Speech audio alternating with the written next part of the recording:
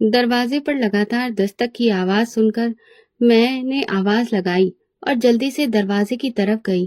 दरवाजा खोला तो मेरा पति गुस्से में लाल पीला हो रहा था। आज वो वक्त से कुछ जल्दी ही आ गया था। इतनी देर क्यों लगा दी दरवाजा खोलने में? वो एकदम अंदर आया और कहने लगा, किसके साथ मुंह काला कर रही थी? उसकी बात सुनकर मैं तो सन्न रह गई। ये क्या कह रहे हो? बिल्कुल ठीक कह रहा हूँ। दरवाजा खोलने में इतना वक्त लगता है क्या? ना तो दरवाजे से किचन का इतना दूर रास्ता है और ना ही कमरे का। तूने अपने आशिक को छत पर से भगाया है ना? वो दरवाजे के पास रुका और फौरन सीढ़ियों की तरफ बढ़ा और भागकर ऊपर चढ़ गया, जबकि मैं हैरान परेशान खड़ी रह गई थी। भाग गया कमबख्त कहीं का। उसने नीचे उतरकर गुस्से में उस शख्स के लिए बुरा भला कहा जिसका कोई वजूद ही नहीं था। मैं तो पूजा कर रही थी, इसलिए आने में देर हो गई। तुम गलत सोच रहे हो। मैंने अपनी सफाई देने की कोशिश की तो उसका हाथ घूमा और उसने एक जोरदार थप्पड़ मेरे मुंह पर दे मारा। मैं अचानक हुए हमले से लड़खड़ा गई और दीवार से जा टकराई। मैं मुंह पर हाथ रखकर हैरानी से उसे देखने लगी। कुछ ही समय में ये शख्स किस कदर बदल गया था। ये वो आदमी तो नहीं था जो मेरी मोहब्बत का दम भरता था। मेरी माँ तेरे बारे में सही कहती थी। तेरे सारे तौर तरीके बाजारू औरतों के जैसे हैं। मैं ही कम अकल था जो मैंने अपनी माँ की बात पर भरोसा नहीं किया। उसने गुस्से से वापस पलटकर जमीन पर पांव पटका और अंदर की तरफ चला गया, जबकि मैं रोती हुई दीवार के साथ लगी जमीन पर बैठ गई थी। मेरा नाम गीता है। ना जाने मैं भगवान ने मेरा कैसा नसीब लिखकर इस दुनिया में आई थी। पैदा हुई तो माँ इस दुनिया से चली गई। माँ की ममता का एहसास क्या होता है, ये मैं कभी जान ही नहीं पाई। मेरा गम ज्यादा दिन तक पापा के दिल में नहीं रहा और जल्दी ही उन्होंने दूसरी शादी कर ली। पापा ने दादी और सब रिश्तेदारों से ये कहा कि वो दूसरी शादी सिर्फ अपनी बच्ची के लिए कर रहे हैं, ताकि उसे माँ का प्यार और अच्छा पालन पोषण मिल सके। लेकिन सौतेली माँ के आने के बाद वो खुद भी मेरे सगे नहीं रह सके। मैं साथ साथ अपने प्यार और अहमियत से भी महरूम हो गई। इस तरह पापा की दूसरी शादी सुकून का कारण बनने की जगह मेरी जिंदगी में और ज्यादा मुश्किलें ले आई थी। सौतेली माँ ने मुझे कभी दिल से अपनाया नहीं। उसके लिए मैं सिर्फ और सिर्फ एक बोझ थी, जो उसे ना चाहते हुए भी निभाना पड़ रहा था। वो अक्सर मुझे ताना देती, ये कितनी मनहूस लड़की है, पैदा होते ही अपनी माँ को खा गई। मेरे नन्हे से दिल पर ये शब्द तीर बनकर लगते थे, लेकिन मैं खामोश रहती। मैं अक्सर सोचती थी कि मैंने तो कभी अपनी सौतेली माँ के साथ कुछ भी बुरा नहीं किया, फिर वो क्यों मुझे इस कदर नफरत करती हैं। मैं हमेशा कोशिश करती कि उनकी नजरों में अच्छी बनूं, लेकिन मेरी कोई भी बात उन्हें कभी खुश नहीं कर पाई थी। अगर कभी घर में कोई दिक्कत हो जाती तो वो तुरंत मुझे ही कसूरवार ठहराती। उनके तानों और नफरत भरे व्यवहार ने मेरे दिल पर गहरी चोट लगाई थी, लेकिन मैं खामोशी से सब कुछ सहती रही, क्योंकि मेरे पास और कोई रास्ता नहीं था। मेरा बचपन दूसरों के बच्चों की तरह खुशियों से भरा नहीं था। मुझे खिलौनों की जगह ताने मिले, मोहब्बत की जगह नफरत। जब दूसरे बच्चे स्कूल जाते, मैं घर के कामों में लगी रहती। अगर कभी बच्चों के साथ खेलने चली जाती तो सौतेली माँ को बहुत बुरा लगता और वो जी भरकर मुझे बुरा भला कहती। इस समय पापा का किरदार सिर्फ एक खामोश तमाशा देखने वाले इंसान का था। पापा ने कभी मेरी तरफदारी में एक शब्द तक नहीं कहा था और ना कभी उन्हें समझाने की कोशिश की थी। उस वक्त मेरी बूढ़ी दादी ही मेरा एकमात्र सहारा थी और उस तपती धूप में वो मेरे लिए घनी छांव जैसी थी। जब भी सौतेली माँ के ताने मेरे दिल को कचोटते, दादी की गोद में मुझे पनाह मिल जाती। उनके झुर्रियों से भरे हाथों का एहसास मेरे दुखों का मरहम बन जाता। वो मुझे अच्छी अच्छी कहानियां सुनाती, जिंदगी की सबक देती और हमेशा ये समझाती कि सब्र और हौसला ही इंसान का सबसे बड़ा हथियार होता है। उनकी मोहब्बत में वो मिठास थी जो मेरे दुख को कुछ वक्त के लिए भुला देती थी। दादी की बातों से मुझे सुकून मिलता, जैसे कोई थक हार कर मुसाफिर घनी छांव में दम भरकर सुस्ता ले। मेरी दादी बड़ी ही नेक और धार्मिक औरत थी। वो भगवान में विश्वास करती थी, पूजा पाठ करती थी और उन्होंने मुझे भी ये सब सिखाया था। मुझे पढ़ने का बहुत शौक था। मैं हमेशा सोचती थी कि पढ़ लिख कर अपनी जिंदगी बदलूंगी, लेकिन सौतेली माँ ने मेरी पढ़ाई भी छुड़वा दी थी। उनका कहना था कि लड़कियों को पढ़ लिख कर क्या करना है, आखिरकार उन्हें चूल्हा ही संभालना होता है। उन्होंने मेरी किताबें छीनकर बर्तन और झाड़ू पकड़ा दिए थे। मैं घर का सारा काम करती, बहुत थक जाती, तो दादी की गोद में लेट जाती। थोड़ा बहुत हिंदी लिखना पढ़ना मुझे दादी ने ही सिखाया था। मैं चुपके चुपके मोहल्ले की लड़कियों से पुरानी किताबें लाकर अपना पढ़ने का शौक पूरा कर लेती थी। मुझे जब भी मौका मिलता मैं अपनी किताबें निकालकर बैठ जाती और उन्हें पढ़ती रहती। मैं एक एक किताब को कई बार पढ़ चुकी थी। स्कूल तो मैं नहीं जा सकी, लेकिन कुछ न कुछ शब्दों को जोड़कर पढ़ना मैंने जरूर सीख लिया था। इस तरह वक्त गुजरता गया। गुजरते वक्त के साथ मैंने सहना सीख लिया था। अब मुझे माँ के तानों से ज्यादा तकलीफ नहीं होती थी। शायद मैं इस माहौल की आदी हो चुकी थी। मैं जवानी की दहलीज पर कदम रख चुकी थी, लेकिन घर का माहौल और सौतेली माँ का व्यवहार आज भी वैसा ही था। बल्कि अब तो सौतेली माँ मुझसे दिन ब दिन और ज्यादा नफरत करने लगी थी। वो हर वक्त मौके की तलाश में रहती कि किसी बहाने मुझे अपनी जान छुड़ा सके। मैंने उन्हें अक्सर पापा से ये कहते सुना था, गीता के लिए कोई रिश्ता देखो और उसे घर से विदा करो। अब बस मैं ये सब और ज्यादा बर्दाश्त नहीं कर सकती। पापा ने मन मारकर मेरे लिए जल्दी ही एक रिश्ता देख लिया था।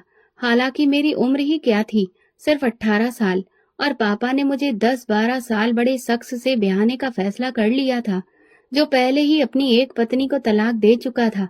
अरे, उसकी तो बड़ी सी अपनी दुकान है जो खूब चलती है। पैसे की कोई कमी नहीं है, बस कमी है तो एक अच्छी औरत की जो उसका घर संभाल सके। उसका नाम सुरेश है।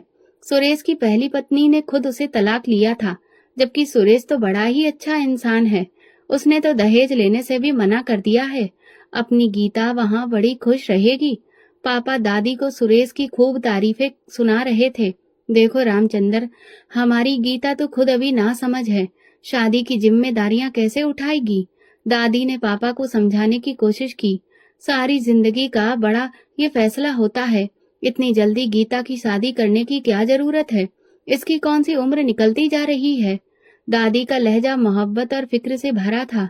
उनकी बातों में एक माँ के जैसा दर्द था। उन्होंने मेरी सौतेली माँ को भी समझाने की कोशिश की। शादी ब्याह के रिश्ते सब्र और सोच समझकर किए जाते हैं।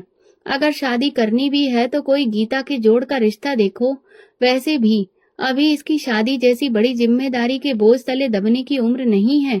मगर दादी की बातों का किसी पर भी कोई असर नहीं हुआ। आपको तो हमेशा बस इसकी ही फिक्र रहती है। हम कब तक इस बोझ को ढोते रहेंगे? बेहतर यही है कि इसकी शादी कर दी जाए, ताकि ये अपने घर की हो जाए और हमें भी सुकून मिले। सौतेली माँ ने तल्ख लहजे में जवाब दिया और उठकर वहां से चली गई। मेनका ठीक कह रही है माँ, अच्छे रिश्ते बार बार नहीं मिलते। मैं जानता हूँ कि मेनका का व्यवहार गीता के साथ अच्छा नहीं है, इसीलिए चाहता हूँ कि उसकी शादी हो जाए और वो अपने घर में सुकून से रहे।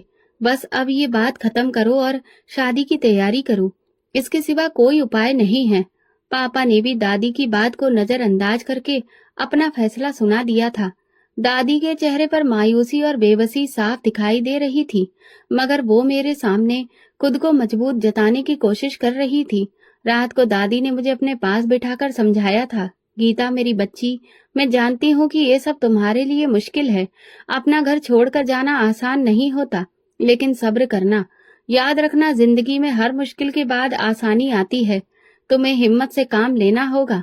भगवान हमेशा अपने अच्छे भक्तों का साथ देता है और उनकी मदद करता है। दादी की बातों से मेरे दिल को कुछ तसल्ली महसूस हुई थी, मगर सच्चाई ये थी कि मेरा दिल बेचैन था। मैं बहुत डरी हुई थी, लेकिन मैं खुद को यही यकीन दिलाने की कोशिश कर रही थी कि शायद किस्मत का ये फैसला मेरे लिए एक नई उम्मीद का दरवाजा खोल दे। शायद इस नए रिश्ते में मुझे वो मोहब्बत और इज्जत मिले जो हमेशा मेरे दिल की इच्छा रही है। घर के झगड़ों और सौतेली माँ के तानों से छुटकारा पाने की उम्मीद ने दिल को थोड़ी सी तसल्ली दी कि शायद शादी के बाद सुकून का रास्ता मिल जाए। मगर साथ ही दिल में एक डर भी था, क्या ये नई जिंदगी मेरे लिए वाकई खुशियों का पैगाम लेकर आएगी, या ये भी एक और नई परीक्षा साबित होगी। न जाने मेरा पति कैसा होगा, क्या वो एक प्यार करने वाला जीवन साथी बनेगा, या ये नया रिश्ता मेरी जिंदगी के दुखों में और ज्यादा इजाफा कर देगा। मेरे दिल में हजारों सवाल मौजूद थे, मगर मेरे पास अब इसके अलावा कोई दूसरा रास्ता नहीं था। वैसे भी पापा ने अपना आदेश दे दिया था। वो कौन सा मेरी मर्जी जानने की कोशिश कर रहे थे। मेरी सौतेली माँ तो वैसे ही मेरी जिम्मेदारी से पीछा छुड़वाना चाहती थी। अब उसने शादी की तैयारी में भी वक्त बर्बाद करना ठीक नहीं समझा और जल्दी ही मुझे सुरेश के साथ हमेशा के लिए विदा कर दिया। ये सोचकर मत बैठी रहना कि पीछे तेरा कोई मायका मौजूद है। अब अपने बाप को भी 4 दिन सुकून से गुजारने दे। सौतेली माँ विदाई के वक्त मेरे कान में फुसफुसाकर बोली थी। मुझे उससे पहले ही कोई अच्छी उम्मीद नहीं थी। मैं चुपचाप आंसू बहाती अपने पति के संग चली आई थी, जिसने मुझे एक बड़े से घर में ले जाकर अपनी माँ के सामने खड़ा कर दिया था। ये मेरी पत्नी है माँ, कैसी कम उम्र, भोली भाली और खूबसूरत है ना। वो पूरी बत्तीसी निकाल कर बोला तो उसकी माँ ने हैरत से मुंह पर उंगली रखकर ऊपर से नीचे तक मुझे देखा। ये तुझे कहाँ से मिल गई? वो हैरानी से पूछ रही थी। बस माँ, मिल गई। अब उसे उस बदतमीज और फूहड़ औरत से तो 1000 गुना बेहतर है जो ये ऐलान करके गई थी कि मुझे अपनी बेटी नहीं देगी। देखो तो कैसी चांद सी दुल्हन मिली है तुम्हारे बेटे को। वो खुशी से फूला नहीं समा रहा था, पर उसकी माँ को मुझसे मिलकर कोई खास खुशी नहीं हुई थी। वो मेरे बारे में सवाल पर सवाल कर रही थी। मेरा पति इन सवालों से घबराकर मेरा हाथ पकड़कर मुझे अपने कमरे में ले गया। चल, तू थक गई होगी, आराम से बैठ। तुझे इस घर में कोई परेशानी नहीं होगी। मैं तेरा बहुत ख्याल रखूंगा। तेरी आंखों में कभी आंसू तक नहीं आने दूंगा। वो मुझसे वादे भरी बातें कर रहा था। मैंने सिर उठाकर पहली बार उसका चेहरा देखा। वो मोहब्बत भरी नजरों से मुझे देख रहा था। खुशी उसके चेहरे से फूट रही थी। मुझे उसकी एक एक बात पर भरोसा होने लगा। वो मेरा पति था, मेरा रिश्ता उससे जुड़ चुका था। वो मेरे लिए बहुत खास था और मेरी जिंदगी में आने वाला पहला इंसान था जो मुझे पाकर खुश था। मैंने अपना दिल उसकी ओर खिंचता हुआ महसूस किया। आने वाले दिनों में उसने मेरी खूब कदर की, पर उसकी माँ को ये सब पसंद नहीं था कि वो मेरा इतना ख्याल रखे या मेरे आगे पीछे घूमे। वो हमेशा उसका दिल मैला करने की कोशिश में लगी रहती। ऐसे कैसे विदा कर दिया इसके माँ बाप ने? ना कोई दहेज, ना कोई सामान। अगर मैं अपनी मर्जी से तेरी शादी करवाती तो पूरा ट्रक भरकर दहेज मंगवाती। वैसे इतनी कम उम्र और खूबसूरत लड़की का रिश्ता तुझे कैसे मिल गया?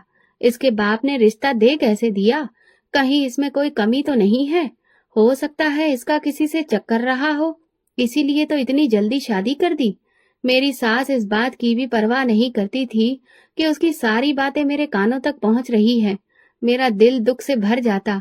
मेरी सौतेली माँ अक्सर मुझे कड़वी बातें सुनाती थी, पर उसने कभी मेरे चरित्र पर उंगली नहीं उठाई थी।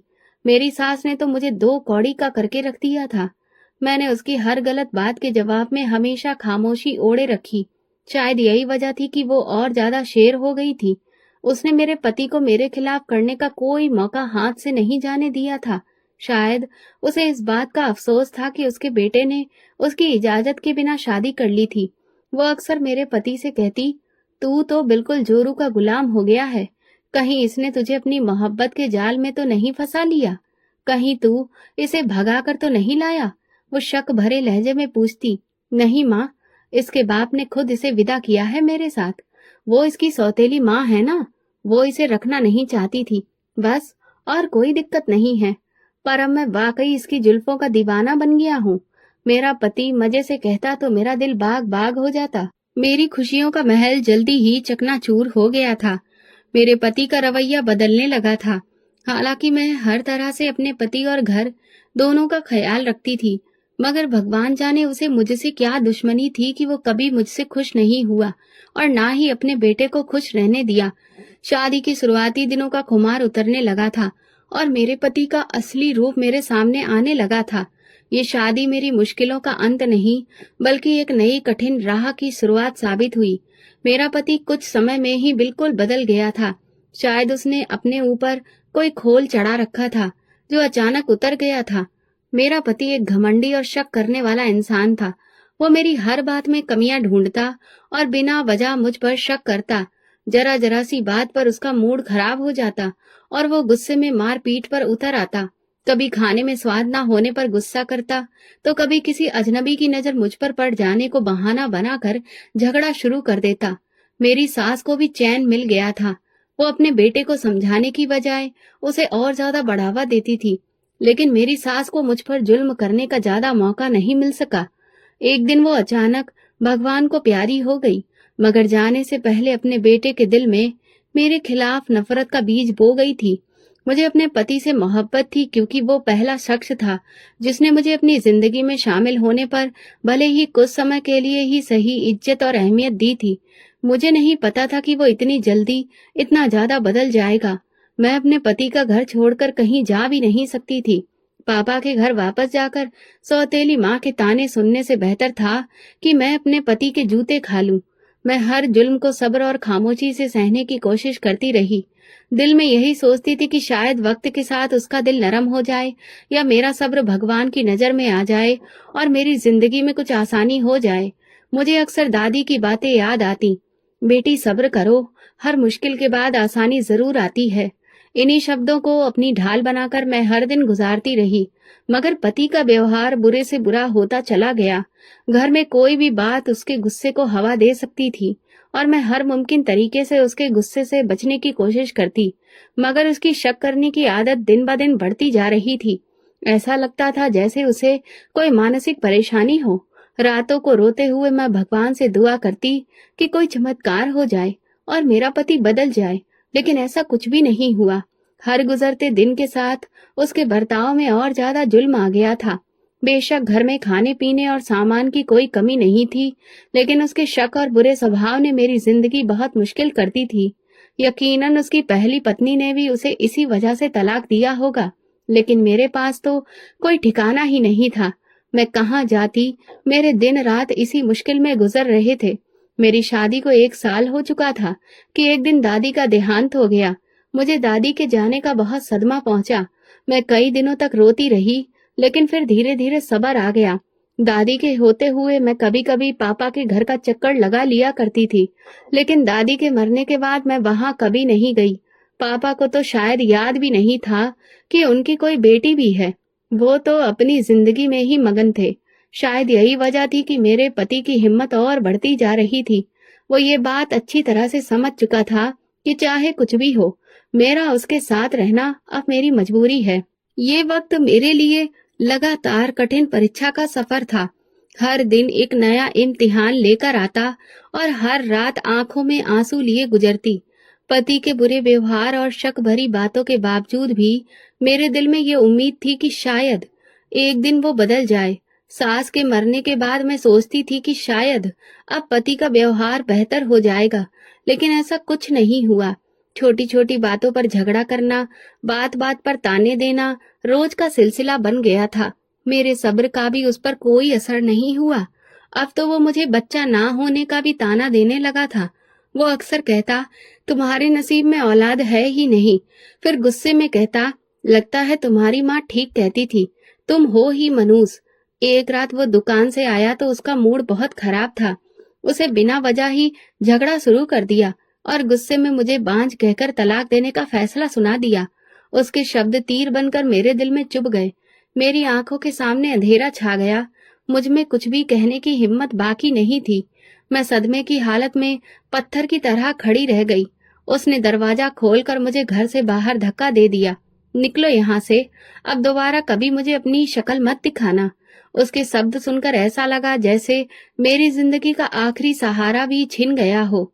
मैंने आंखों से बहते आंसुओं को पोंछा और घबराए दिल के साथ आसमान की तरफ देखा और धीरे से कहा, हे भगवान, मैं तेरे इस फैसले पर भी राजी हूँ।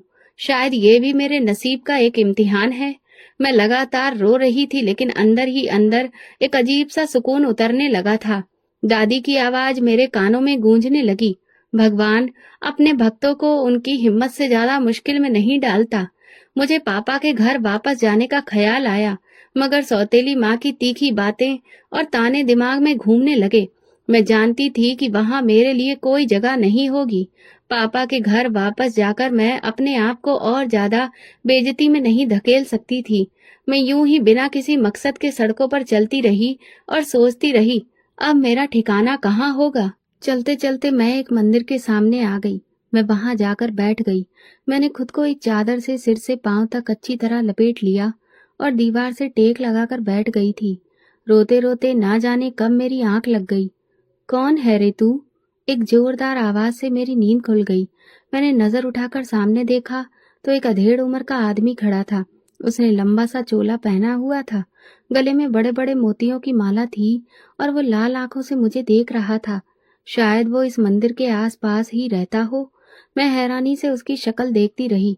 बोलती क्यों नहीं? कौन है रे तू? कहाँ से आई है? उसने दोबारा सवाल दोहराया। मैं बहुत बुरी तरह घबरा गई थी। किशन, चुप हो जा, बच्ची डर गई है। मैं पता करती हूँ, एक बूढ़ी औरत ने कहा। अच्छे से पता कर लेना, संतोषी माँ आजकल बड़ी सख्ती में है। किशन ये कहकर वहां से चला गया। बूढ़ी औरत आकर मेरे पास बैठ गई। घर से भाग कर आई है क्या? उसने टटोलती हुई नजरों से मुझे देखा। आशिक धोखा दे गया होगा तेरा। नहीं, मैंने तुरंत इनकार में सिर हिलाया। पति ने घर से निकाल दिया। क्या तू शादीशुदा है? बूढ़ी औरत ने हैरानी से पूछा। ए लड़की, झूठ मत बोलना। उसे मेरे शादीशुदा होने पर शक था। मेरी उम्र वैसे ही कम थी और ऊपर से इन 2 सालों में मैं और भी ज्यादा कमजोर हो गई थी। मैंने बिना रुके उस औरत को अपने सारे हालात सुना दिए। मेरा कोई ठिकाना नहीं है अम्मा, जाऊं तो कहाँ जाऊं?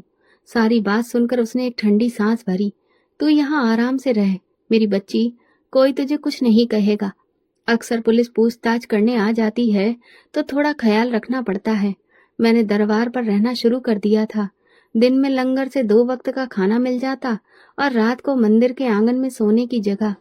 ये जगह मेरे लिए दुनिया की नफरतों से दूर एक पनाहगाह बन गई थी। पेट भरकर खाना मिलता और कोई ताना भी नहीं देता था। संतोषी माँ मेरा ख्याल रखती थी।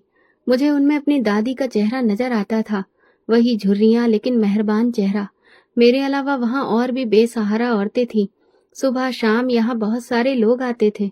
कुछ लोग आकर प्रार्थनाएं करते, कुछ पूजा करते, कुछ मर्द और औरतें वहां भीख मांगते। कुछ औरतें ऐसी भी थी जिनका मकसद गलत होता था। कई औरतों ने मुझे भी परेशान करने की कोशिश की थी। अरे, यहाँ कहाँ बैठी है? हमारे साथ चलेगी तो तेरे बारे न्यारे हो जाएंगे। संतोषी माँ हर बार ऐसी औरतों को डांट कर भगा देती थी। निकल जा यहाँ से। क्यों परेशान कर रही हो बच्ची को? धीरे धीरे किशन को भी मेरी अच्छी फितरत का अंदाजा हो गया था। मैं ना भीख मांगती थी और ना किसी गलत काम में साथ देती थी। अक्सर लोग मेरे आगे कुछ रुपए रख जाते थे, लेकिन मैं वो भी नहीं उठाती थी। मुझे रुपए की तमन्ना नहीं थी। पेट भरने को रोटी चाहिए थी, वो मिल रही थी। मैं भी पूजा करती और भगवान से अपने लिए मदद मांगती। किशन समझ गया था कि मैं सिर्फ हालात की मारी थी। मुझे दरबार पर रहते हुए काफी वक्त गुजर चुका था। अब तो दरबार पर रहने वाले सब लोगों से मेरी जान पहचान हो गई थी। मैं ज्यादातर मंदिर के पिछले आंगन में बैठी रहती थी, क्योंकि सामने की तरफ ज्यादा भीड़ भाड़ होती थी और अक्सर वहां मर्दों का आना जाना लगा रहता था। मुझे उनकी नजरें पसंद नहीं थी, इसलिए मैं पीछे की ओर ही रहती और रात को वहीं संतोषी माँ के साथ लेटकर सो जाती थी। एक दिन मैं मंदिर के आंगन में सो रही थी कि अचानक तेज बारिश शुरू हो गई। मैं जल्दी से अंदर की ओर भागी ताकि खुद को बारिश से बचा सकूं। जैसे ही मैं अंदर गई, अचानक एक मासूम बच्चे के रोने की आवाज ने मेरे कदमों को रोक दिया। बच्चे के रोने की आवाज मंदिर की पिछली दीवार की तरफ से आ रही थी। मैं चौंक कर धीरे धीरे उस तरफ बढ़ने लगी। दरवाजा खोलकर बाहर गई तो एक झटका लगा। मंदिर के दरवाजे के पास एक छोटा सा बच्चा जमीन पर लेटा हुआ था। वो बच्चा सर्दी से कांप रहा था और जोर जोर से रो रहा था। मैं तेजी से उसके पास पहुंचकर उसे गोद में उठा लिया। मैंने उसे सीने से लगा लिया। जैसे ही मैंने उसे सीने से लगाया, उसका रोना और तेज हो गया। ऐसा लगता था जैसे वो भूख से बेहाल हो। बच्चा इतना छोटा था जैसे अभी कुछ दिन पहले ही पैदा हुआ हो। मेरे हाथ कांपने लगे। न जाने कौन इतना बेरहम था कि इस मासूम बच्चे को यहाँ इस तरह से फेंक कर गया था। मैंने जल्दी से अपना स्वेटर उतारा जो संतोषी अम्मा ने मुझे पहनने को दिया था और बच्चे को उसमें लपेटकर अपने सीने से लगा लिया ताकि वो कुछ गर्मी महसूस कर सके। बच्चे के नन्हे वजूद को गोद में लेते ही मेरे दिल में अजीब सी ममता जाग उठी थी। मंदिर के आंगन में उस वक्त कोई नहीं था। मैंने बच्चे को अच्छे से लपेटा और थपकियां देने लगी। थोड़ी देर बाद उसका रोना धीरे धीरे बंद हो गया और वो मेरे सीने से लिपट कर सो गया। मैं जागती हुई उसके मासूम चेहरे को देखती रही और दिल ही दिल में सोचती रही, शायद भगवान ने इस बच्चे को मेरे लिए भेजा है। सुबह होने तक वो बच्चा मेरे बाजू में सुकून से सोया रहा और मैं अपने दिल में ये सोच चुकी थी कि ये बच्चा मेरा है। चाहे कुछ भी हो जाए, मैं इसे कभी किसी के हवाले नहीं करूंगी। सुबह हुई तो मंदिर के आंगन में हल्की सी चहल पहल शुरू हो चुकी थी। लंगर का काम करने वाले लोग अपने काम में व्यस्त हो गए थे। मैं बच्चे को अपने सीने से लगाए बैठी थी जब संतोषी अम्मा मेरा हाल पूछने आई और मेरी गोद में एक छोटा बच्चा देखकर हैरान रह गई। अरे, ये बच्चा कहाँ से आया? वो हैरानी से मेरी तरफ देखते हुए बोली, ये मेरा बच्चा है। भगवान ने इसे मेरे लिए भेजा है। मैं मुस्कुराकर बोली। अम्मा की आंखें हैरत से फैल गईं। वो मेरे पास आकर बैठ गई और खुफिया तरीके से बोली, क्या कह रही है तू? ये तेरा बच्चा है? कहाँ से मिला तुझे? मैंने रात के हादसे के बारे में उन्हें विस्तार से सब कुछ बताया। लगता है कोई अपना गुनाह छुपाने के लिए इस बच्चे को यहाँ फेंक कर चला गया। संतोषी अम्मा ने सोचते हुए कहा, कैसा जमाना आ गया है, मासूम बच्चे को फेंक दिया। शायद भगवान ने इस नन्ही सी जान को मेरे लिए भेजा है ताकि मेरी खाली गोद भर जाए और जीने का एक मकसद मिल जाए। मैं खुशी से बोली, और हाँ अम्मा, अब जल्दी से इसके दूध का कुछ इंतजाम करो। पता नहीं कब से भूखा है ये बेचारा। संतोषी अम्मा ने कुछ देर खामोशी से मुझे देखा, फिर बोली, ठीक है, अगर तूने इस बच्चे को पालने का फैसला कर लिया है तो फिर मैं भी तेरे साथ हूँ। उसी दिन मेरा दिल बहुत ज्यादा सुकून से भरा था। ऐसा लग रहा था जैसे भगवान ने मुझे मेरे सब्र का इनाम दे दिया हो। ये बच्चा मेरे लिए जिंदगी की एक नई उम्मीद बन गया था। अब मेरी जिंदगी का हर दिन उसी नन्ही जान के लिए था। मैं उसे बहुत प्यार करती, उससे बातें करती। वो भी अपनी मासूम नजरों से मुझे देखता और मेरी बातें सुनकर मुस्कुराने लगता, जैसे सब समझ रहा हो। किशन चाचा ने मुझे बच्चों के जरूरी सामान के लिए कुछ पैसे भी पकड़ा दिए थे और मैं संतोषी माँ के साथ जाकर बच्चे की जरूरत का सामान और दूध ले आई थी। इधर सिद्धांत नाम का शख्स गुस्से और सदमे में पागल हो रहा था। न जाने उसके नसीब में सुकून क्यों नहीं लिखा था। वो अस्पताल के कॉरिडोर में बेचैनी से चक्कर काट रहा था। उसके 2 दिन के बच्चे को किसी ने अस्पताल से अगवा कर लिया था। दूसरी तरफ उसकी पत्नी की हालत भी नाजुक थी।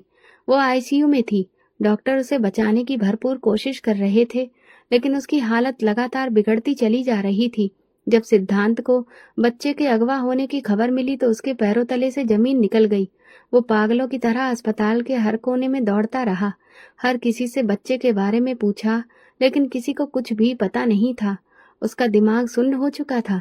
एक तरफ उसकी पत्नी जिंदगी और मौत के बीच में झूल रही थी और दूसरी तरफ उसका बच्चा लापता हो चुका था।